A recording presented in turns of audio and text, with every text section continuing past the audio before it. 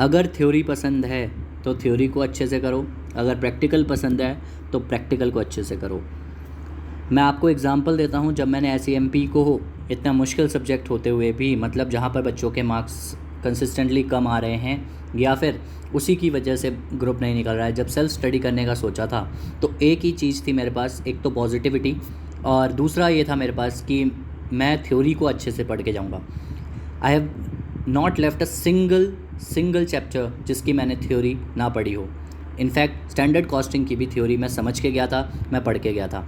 तो मैं आप लोगों से सिर्फ इतना कहना चाहूँगा, अपने अपने अपने अपने कैपेबिलिटीज़ को, अपनी स्ट्रेंथ को पहचानो, उस पे फोकस करो, नेगेटिव चीज़ों पे फोकस मत करो। जो नहीं आता ऑब्वियसली वो उस पे काम करने की ज़रूरत है, उसको ठीक करने की ज़रूरत है, लेकिन जो आता है एटलीस्ट उस पे श्योर रहो।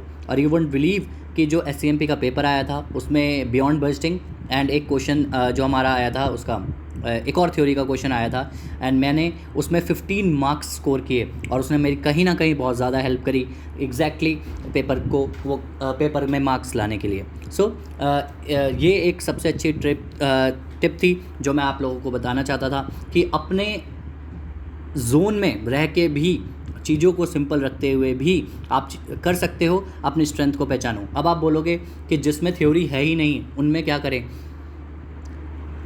प्रैक्टिकल ही करना पड़ेगा।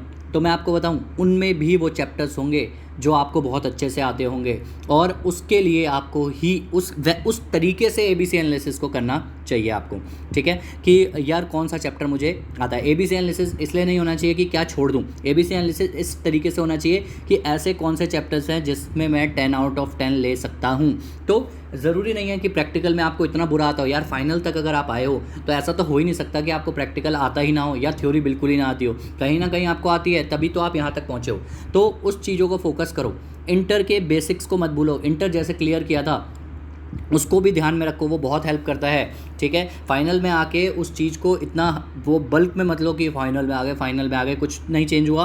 अगर आप चेंज नहीं हुए तो कुछ नहीं चेंज हुआ। बहुत सिंपल रखो चीज़ों को, अपने स्ट्रेंथ पे फोकस रखो, नथिंग एल्स। इसके अलावा कुछ नहीं है, सब यही है।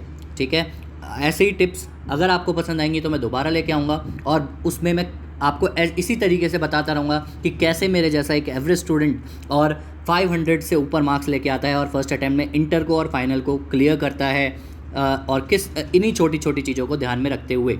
ठीक है, तो बाय, शब खैर, all the best, take care of yourself and your family.